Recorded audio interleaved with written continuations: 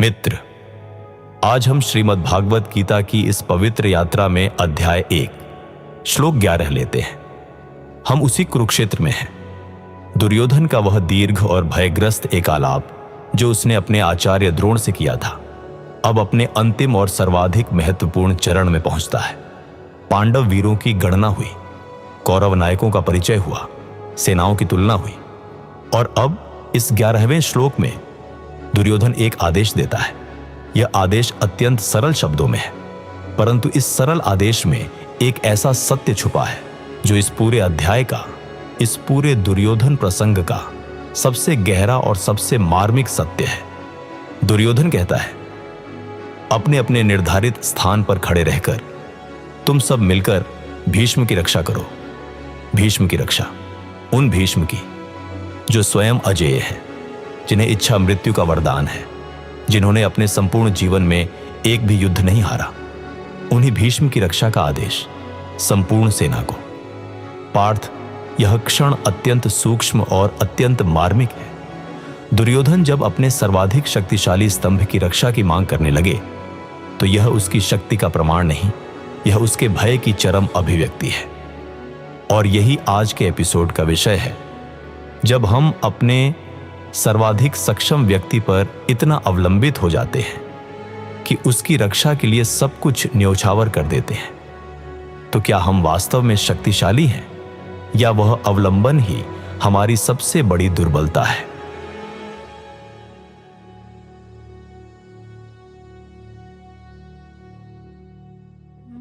मधुसूदन, यह सुनकर मन में अपने ऑफिस की एक घटना स्मरण हो आई।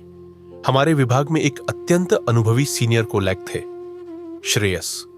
वे सब कुछ जानते थे। प्रत्येक क्लाइंट को, प्रत्येक प्रोसेस को, प्रत्येक कठिनाई का उत्तर उनके पास था। हम सब उन पर अवलंबित थे और हमारे मैनेजर भी। वे प्रत्येक महत्वपूर्ण मीटिंग में श्रेयस को आगे रखते, हर निर्णय श्रेयस से पूछ कर लेते। धीरे धीरे सारी टीम उन्हीं के चारों ओर केंद्रित हो गई। और फिर एक दिन श्रेयस ने अपना पद त्याग दिया और पूरा विभाग जैसे ठहर गया। कोई नहीं जानता था कि क्या करे। मैनेजर व्याकुल हो गए, टीम का मनोबल टूट गया। गोविंद, क्या यही दुर्योधन की अवस्था थी? और यह अवलंबन एक व्यक्ति पर, एक स्तंभ पर इतना गहरा क्यों हो जाता है? और इससे बचने का क्या मार्ग है? पार्थ, तुमने आज उस प्रश्न को छुआ जो इस श्लोक की आत्मा है। और तुम्हारे श्रेयस की कथा, यह दुर्योधन और भीष्म की कथा का एक अत्यंत सटीक और अत्यंत समकालीन प्रतिबिंब है। परंतु इस श्लोक को उसकी संपूर्ण गहराई में समझने के लिए उस घटना को जानना आवश्यक है जो कुरुक्षेत्र के युद्ध आरंभ होने से पूर्व ही घटी थी।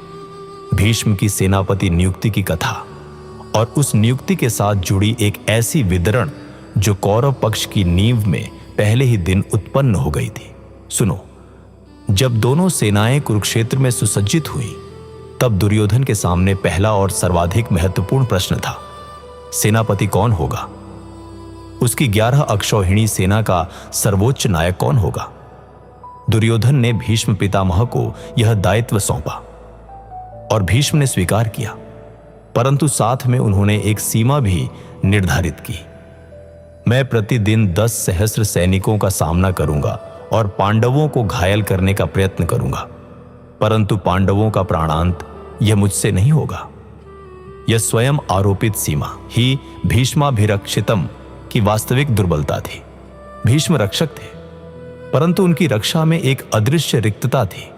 और इसके साथ एक और संकट उत्पन्न हुआ। जब भीष्म सेनापति घोषित हुए, तब कर्ण ने घोषणा की, जब तक भीष्म पितामह युद्ध भूमि में हैं, मैं शस्त्र नहीं उठाऊंगा। क्यों? क्योंकि भीष्म ने उद्योग पर्व में वीरों का वर्गीकरण करते समय कर्ण को अर्धरथी, आधी रथी की संज्ञा दी थी। यह कर्ण के स्वाभिमान को एक गहरी पीड़ा थी और वे उन्हीं के अधीन नहीं लड़ सकते थे। पार्थ, यह विचार करो, दुर्योधन का सर्वाधिक प्रभावशाली अस्त्र कर्ण युद्ध के प्रथम 10 दिन तक निष्क्रिय रहा, केवल इसीलिए क्योंकि दुर्योधन ने भीष्म को सर्वोच्च स्थान दिया था। एक ही निर्णय और 2 संकट, भीष्म की सीमा और कर्ण का मौन। और अब इस 11वें श्लोक में वही दुर्योधन अपनी संपूर्ण सेना को आदेश दे रहा है, भीष्म की रक्षा करो। पार्थ, अब एक क्षण रुको। भीष्म, जो स्वयं अजेय हैं, वे यह सुनकर क्या अनुभव कर रहे होंगे। और दूसरी ओर दुर्योधन का यह आदेश, यह उसके भय का वह अंतिम और सर्वाधिक स्पष्ट प्रमाण था। वह अपनी सर्वाधिक बड़ी शक्ति को खोने से इतना भयभीत था कि उसने संपूर्ण सेना को उसकी रक्षा में नियोजित कर दिया। यही इस श्लोक का हृदय है। प्रथम अध्याय 11 श्लोक। दुर्योधन उवाच अयनेषु च सर्वेषु यथा भागम वस्थिता भीष्ममेवाभिरक्षन्तु भवन्तः सर्व एव हि। अर्थात दुर्योधन बोला, अपने अपने निर्धारित स्थानों पर सुव्यवस्थित रहते हुए तुम सब मिलकर सभी मोर्चों से भीष्म पितामह की ही रक्षा करो। धनंजय, यह 11 श्लोक बाहर से अत्यंत सरल, भीतर से अत्यंत गहरा है। दुर्योधन केवल एक सैन्य आदेश दे रहा है, ऐसा प्रतीत होता है, परंतु इस आदेश के प्रत्येक शब्द में उसके मन की, उसके भय की और उसके नेतृत्व की संपूर्ण सीमाएं उजागर होती हैं। प्रथम बीज, अयनेषु च सर्वेषु, सभी मोर्चों पर व्यापकता का महत्व। अयनेषु अर्थात युद्ध के सभी स्थानों पर, सभी व्यूह मोर्चों पर। दुर्योधन ने यह कहकर एक महत्वपूर्ण सैन्य सत्य स्वीकार किया, युद्ध केवल एक स्थान से नहीं लड़ा जाता, वह सभी दिशाओं से, सभी मोर्चों से एक साथ लड़ा जाता है। और यदि कोई भी मोर्चा असुरक्षित रहे तो शत्रु वहीं से प्रवेश कर सकता है। यह सत्य केवल युद्ध भूमि का नहीं, जीवन का भी है। जब हम किसी बड़े लक्ष्य की ओर बढ़ते हैं तो हमें अयनेषु सर्वेषु, सभी दिशाओं में सतर्क रहना होता है। केवल एक पक्ष पर ध्यान देकर अन्य पक्षों को उपेक्षित करके कोई भी लक्ष्य दीर्घकाल तक सुरक्षित नहीं रह सकता। आज के जीवन में जब कोई व्यक्ति केवल अपने कार्य पर ध्यान देता है और स्वास्थ्य की उपेक्षा करता है, या केवल धन पर ध्यान देता है और संबंधों की उपेक्षा करता है, तो वह अयनेषु सर्वेषु का पालन नहीं कर रहा और देर सबेर वह उपेक्षित पक्ष ही उसकी सबसे बड़ी दुर्बलता बन जाता है। द्वितीय बीज, यथा भागम वस्थिता, अपने अपने स्थान पर स्वधर्म का सैन्य रूप यथा भागम अवस्थिता, अपने अपने निर्धारित स्थान पर तैनात। यह वाक्यांश इस श्लोक का सर्वाधिक दार्शनिक और सर्वाधिक व्यावहारिक पक्ष है। प्रत्येक सैनिक का एक स्थान था, प्रत्येक सेनापति का एक दायित्व था, प्रत्येक महारथी का एक निर्धारित मोर्चा था। और इस निर्धारण को, इस यथाभागम को तोड़कर यदि कोई दूसरे के स्थान पर चला जाए तो पूरी रचना छिन्न भिन्न हो जाती है। यह गीता के उस महान सिद्धांत का सैन्य प्रतिरूप है जो आगे स्वधर्मे निधनम श्रेय में विस्तारित होगा। प्रत्येक व्यक्ति की एक भूमिका है, एक स्थान है, एक योगदान है, और जब प्रत्येक उसी भूमिका में पूर्ण निष्ठा से रहे तो वह व्यवस्था अजेय होती है। कौन्तेय, आज के किसी भी दल, टीम में यही यथाभागम का सिद्धांत काम करता है। जब प्रत्येक सदस्य अपनी भूमिका को पहचाने और उसमें पूर्ण दक्षता से स्थित रहे तो वह दल असाधारण परिणाम देता है। और जब लोग एक दूसरे की भूमिका में हस्तक्षेप करें, अपने निर्धारित उत्तरदायित्व से विमुख हों, तो वह दल बिखर जाता है। तृतीय बीज, भीष्ममेवाभिरक्षन्तु, रक्षक की रक्षा, एक गहरी विडंबना। यह इस श्लोक का सर्वाधिक मार्मिक और सर्वाधिक विडंबनापूर्ण पक्ष है। भीष्ममेव, भीष्म की ही रक्षा करो, वह एव, वह ही अत्यंत महत्वपूर्ण है। दुर्योधन ने कहा, और किसी की नहीं, केवल भीष्म की रक्षा करो। परंतु सोचो, भीष्म पितामह जो स्वयं अजेय हैं, जिन्हें इच्छा मृत्यु का वरदान है, उन्हें रक्षा की आवश्यकता है? यह प्रश्न स्वयं ही उत्तर देता है। दुर्योधन को भीष्म की शारीरिक रक्षा की आवश्यकता नहीं थी, उसे भीष्म के अस्तित्व की, उनकी उपस्थिति की, उनके जीवित और युद्ध भूमि में रहने की आवश्यकता थी। यह रक्षा का आदेश वास्तव में न खोने का भय था। और यहां एक अत्यंत गहरा मनोवैज्ञानिक सत्य है।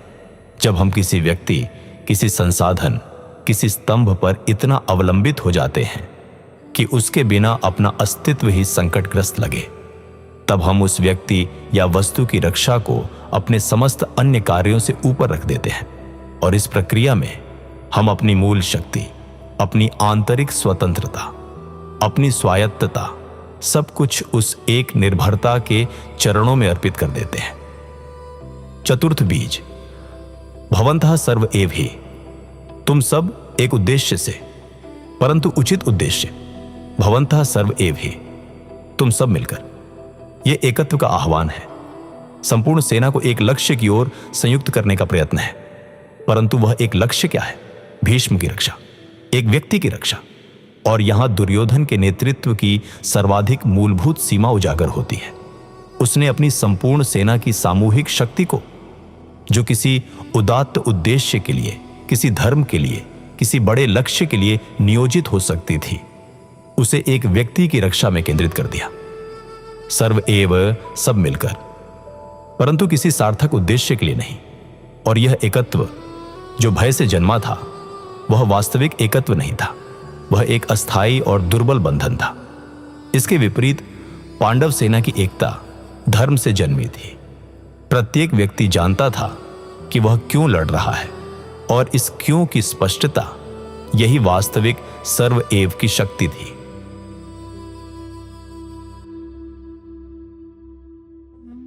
केशव, आपने यथाभागम की बात की, प्रत्येक अपने निर्धारित स्थान पर। यह सुनकर एक प्रश्न उठता है।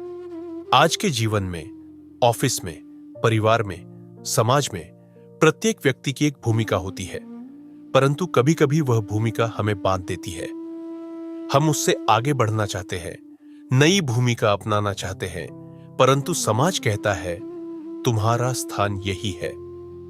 मधुसूदन, यथाभागम, क्या यह एक सीमा है या एक शक्ति? और हम कैसे जाने कि हमारी वर्तमान भूमिका हमारा स्वधर्म है या एक बंधन? पार्थ, यह प्रश्न, यथाभागम, सीमा है या शक्ति, यह गीता के उस सिद्धांत की जड़ को स्पर्श करता है जो आगे अनेक अध्यायों में विस्तारित होगा। पहले यह समझो, यथाभागम का अर्थ स्थायी बंधन नहीं है। यथाभागम का अर्थ है इस क्षण, इस परिस्थिति में, इस उद्देश्य के लिए अपनी भूमिका को पूर्ण निष्ठा से निभाओ। जब एक सैनिक को युद्ध में बाएं मोर्चे की रक्षा का दायित्व दिया जाता है, तो उस क्षण उसका यथाभागम बाएं मोर्चे की रक्षा है। यदि वह उस मोर्चे को छोड़कर दाएं मोर्चे पर जाए, भले ही वहां और उत्साहजनक युद्ध हो रहा हो, तो बायां मोर्चा असुरक्षित हो जाएगा और उस असुरक्षा से पूरी सेना को संकट होगा। परंतु, और यह अत्यंत महत्वपूर्ण है, यह यथाभागम उस सैनिक की संपूर्ण और आजीवन पहचान नहीं है। युद्ध समाप्त होने के पश्चात वह सैनिक अपनी भूमिका बदल सकता है। तो यथाभागम और स्वधर्म में भेद कैसे करें? पहला परीक्षण, भीतरी उत्साह। जब तुम अपनी वर्तमान भूमिका में हो, क्या उसे निभाते समय कोई गहरी तृप्ति अनुभव होती है? क्या वह कार्य तुम्हारी किसी सहज प्रतिभा को व्यक्त करता है? यदि हां, तो वह तुम्हारा स्वधर्म है। यदि नहीं, तो वह केवल एक बाह्य भूमिका है। दूसरा परीक्षण, योगदान का भाव। जब तुम अपनी भूमिका में हो, क्या तुम अनुभव करते हो कि तुम्हारे इस होने से किसी का, किसी उद्देश्य का, किसी व्यवस्था का वास्तविक लाभ हो रहा है? यदि हां, तो वह स्वधर्म है। और यदि वर्तमान भूमिका स्वधर्म न हो, तो क्या करें? तत्काल त्याग नहीं, धीरे धीरे विवेक पूर्वक, बिना दूसरों को संकट में डाले, अपनी भूमिका को नई दिशा में ले जाओ। ठीक वैसे जैसे एक नदी पर्वत से समुद्र की ओर बहती है, तत्काल नहीं, क्रमशः, परंतु उसकी दिशा सदैव निश्चित होती है। और समाज कहता है तुम्हारा स्थान यही है। इस पर एक वाक्य में उत्तर, समाज का दायित्व व्यवस्था बनाए रखना है। तुम्हारा दायित्व अपनी आत्मा की पुकार सुनना है। जब दोनों में साम्य हो, अत्युत्तम, और जब न हो, तो धर्म की दिशा में, सत्य की दिशा में विवेक पूर्वक आगे बढ़ना, यही स्वधर्म पालन है। गोविंद, आपने भीष्ममेवाभिरक्षन्तु की बात की, एक व्यक्ति पर संपूर्ण सेना का केंद्रित होना। मधुसूदन, यह अवलंबन इतना गहरा क्यों हो जाता है? और जब कोई संस्था, कोई परिवार, कोई दल किसी एक व्यक्ति पर इस प्रकार अवलंबित हो जाए तो उस अवस्था से बाहर निकलने का उचित मार्ग क्या है? और वह एक व्यक्ति जिस पर सब अवलंबित है, उसे क्या करना चाहिए? धनंजय, यह प्रश्न एकल अवलंबन की समस्या या आज के प्रत्येक संगठन की, प्रत्येक परिवार की और प्रत्येक दल की सबसे व्यापक और सबसे उपेक्षित समस्या है। पहले यह जानो, यह अवलंबन इतना गहरा इसलिए हो जाता है क्योंकि वह व्यक्ति जिस पर सब अवलंबित होते हैं वास्तव में असाधारण होता है। भीष्म वास्तव में अजेय थे, तुम्हारे श्रेयस वास्तव में अत्यंत दक्ष थे, और जब कोई असाधारण व्यक्ति उपस्थित हो तो उसके चारों ओर अवलंबन का एक स्वाभाविक आकर्षण उत्पन्न होता है। परंतु यही स्वाभाविकता यदि जांची न जाए, यदि उसे संतुलित न किया जाए, तो एक संस्थागत दुर्बलता बन जाती है। जब कोई संस्था इस अवस्था में हो तो उससे बाहर निकलने के 3 मार्ग हैं। पहला मार्ग, ज्ञान का वितरण। जो ज्ञान, जो दक्षता, जो अनुभव उस एक व्यक्ति में केंद्रित है, उसे धीरे धीरे अन्य सदस्यों में वितरित करो। यह वितरण उस व्यक्ति को दुर्बल नहीं करता, यह उस ज्ञान को अमर करता है। भीष्म यदि अपने युद्ध कौशल को अन्य कौरव योद्धाओं में स्थानांतरित करते तो दुर्योधन को भीष्म मेवाभिरक्षण तु का आदेश देने की आवश्यकता नहीं पड़ती। दूसरा मार्ग, भूमिका का स्पष्टीकरण। प्रत्येक व्यक्ति का यथाभागम निर्धारित करो। जब प्रत्येक अपनी भूमिका में दक्ष हो तो एकल अवलंबन स्वाभाविक रूप से कम होता है, क्योंकि तब कोई भी व्यक्ति एकमात्र नहीं रहता। तीसरा मार्ग, और यह सबसे महत्वपूर्ण, उस व्यक्ति के लिए भी है जिस पर सब अवलंबित है। यदि तुम वह व्यक्ति हो जिस पर सब निर्भर है, तो तुम्हारा सर्वोच्च दायित्व यह है कि तुम स्वयं को अनिवार्य नहीं, अपितु अपने लोगों को सक्षम बनाओ। एक महान आचार्य वह नहीं जो शिष्यों को सदा अपने पास रखे। एक महान आचार्य वह है जो शिष्यों को इतना सक्षम बना दे कि वे उससे आगे निकल जाए। यही द्रोणाचार्य की महानता थी। उन्होंने तुम्हें इतना सिखाया कि तुम उनसे भी श्रेष्ठ बने। और जो व्यक्ति अपनी अनिवार्यता को बनाए रखने के लिए दूसरों को दुर्बल रखता है, वह नेता नहीं, वह दुर्योधन का वह भीष्म है जिसकी रक्षा के लिए पूरी सेना को लगाना पड़ता है। जनार्दन, आपने कहा दुर्योधन ने सर्वएव सबको भीष्म की रक्षा में लगाया, परंतु वह एकत्व भय से जन्मा था, धर्म से नहीं। तो एक बड़ा प्रश्न यह है, वास्तविक और स्थायी एकत्व जो किसी दल में, परिवार में या समाज में हो, वह कैसे निर्मित होता है? और भय से जन्मे एकत्व तथा धर्म से जन्मे एकत्व में क्या अंतर होता है? और हम उस अंतर को अनुभव में कैसे पहचानें? कौन्तेय, यह प्रश्न वास्तविक एकत्व और भय जनित एकत्व का भेद, यह इस पूरे एपिसोड का और इस पूरे दुर्योधन प्रसंग का सबसे उत्थानकारी और सबसे व्यावहारिक उत्तर है। पहले यह जानो, भय से जन्मा एकत्व और धर्म से जन्मा एकत्व बाहर से एक जैसे दिखते हैं। दोनों में लोग एक साथ होते हैं, दोनों में एक सामान्य लक्ष्य होता है, परंतु भीतर से इन दोनों में उतना ही अंतर है जितना बंधन और स्वतंत्रता में। भय से जन्मा एकत्व, इसकी 3 पहचान है। पहली, यह एकत्व भंगुर होता है जैसे ही भय समाप्त होता है, या जैसे ही वह जिससे डर था वह चला जाता है, यह एकत्व बिखर जाता है। दुर्योधन की सेना भीष्म के पतन के पश्चात अपनी वह एकता खोने लगी। दूसरी, इस एकत्व में प्रत्येक व्यक्ति साथ होता है परंतु उपस्थित नहीं। वह शरीर से वहां है परंतु उसका हृदय और उसकी आत्मा कहीं और है। दुर्योधन की सेना के अनेक वीर जो भीतर से जानते थे कि पांडव धर्म पक्ष में हैं, वे शरीर से कौरव पक्ष में थे। यह एकत्व कितना निसार था। तीसरी, इस एकत्व में प्रश्न निषिद्ध होते हैं। हम क्यों लड़ रहे हैं? यह प्रश्न दुर्योधन की सेना में कोई नहीं पूछ सकता था, क्योंकि उत्तर में केवल भय था, धर्म नहीं।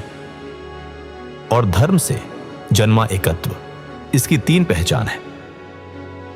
पहली, यह एकत्व स्थायी होता है। पांडव पक्ष के सात्यकी, विराट, धृष्टद्युम्न, वे सब उस युद्ध के अंत तक एक रहे, क्योंकि उनके एकत्व का आधार भय नहीं, धर्म था, और धर्म परिस्थिति के बदलने से नहीं बदलता। दूसरी, इस एकत्व में प्रत्येक व्यक्ति उपस्थित होता है, शरीर से भी, मन से भी, आत्मा से भी। जब कोई उद्देश्य से प्रेरित होता है तो उसकी संपूर्ण ऊर्जा उस उद्देश्य में लगती है। यही उस एकत्व की असाधारण शक्ति का स्रोत होता है। तीसरी, इस एकत्व में प्रश्न न केवल स्वीकृत होते हैं, वे प्रोत्साहित होते हैं। हम क्यों लड़ रहे हैं? पांडव पक्ष में इस प्रश्न का उत्तर स्पष्ट था, धर्म के लिए, न्याय के लिए, और इस स्पष्टता ने उनकी शक्ति को अक्षय रखा। पार्थ, अपने जीवन के प्रत्येक संबंध में, प्रत्येक दल में, प्रत्येक प्रयास में ये एक प्रश्न पूछो, हम इसलिए एक साथ हैं या इसलिए इसके बिना नहीं चल सकते? पहला उत्तर धर्म का एकत्व है, दूसरा भय का, और जब उत्तर दूसरा हो तो तत्काल रुको और उस एकत्व की नींव को नए सिरे से किसी उद्देश्य पर, किसी मूल्य पर, किसी सत्य पर पुनः स्थापित करो। मित्र, इस एकादश श्लोक का सार यही है, यथा भागम अवस्थिता, प्रत्येक अपनी भूमिका में, अयनेषु सर्वेषु, सभी दिशाओं में सतर्क, और भवन्तः सर्व एव, परंतु किसी व्यक्ति के भय से नहीं, किसी उद्देश्य के प्रेम से। यही वास्तविक सामर्थ्य है, यही वास्तविक एकत्व है। मित्र, स्मरण रखो, भय से जन्मा एकत्व भंगुर होता है, प्रयोजन से जन्मा एकत्व अजेय होता है। यथा भागम रहो, परंतु उस भाग की नींव किसी धर्म पर, किसी सत्य पर, किसी उद्देश्य पर हो, किसी के भय पर नहीं।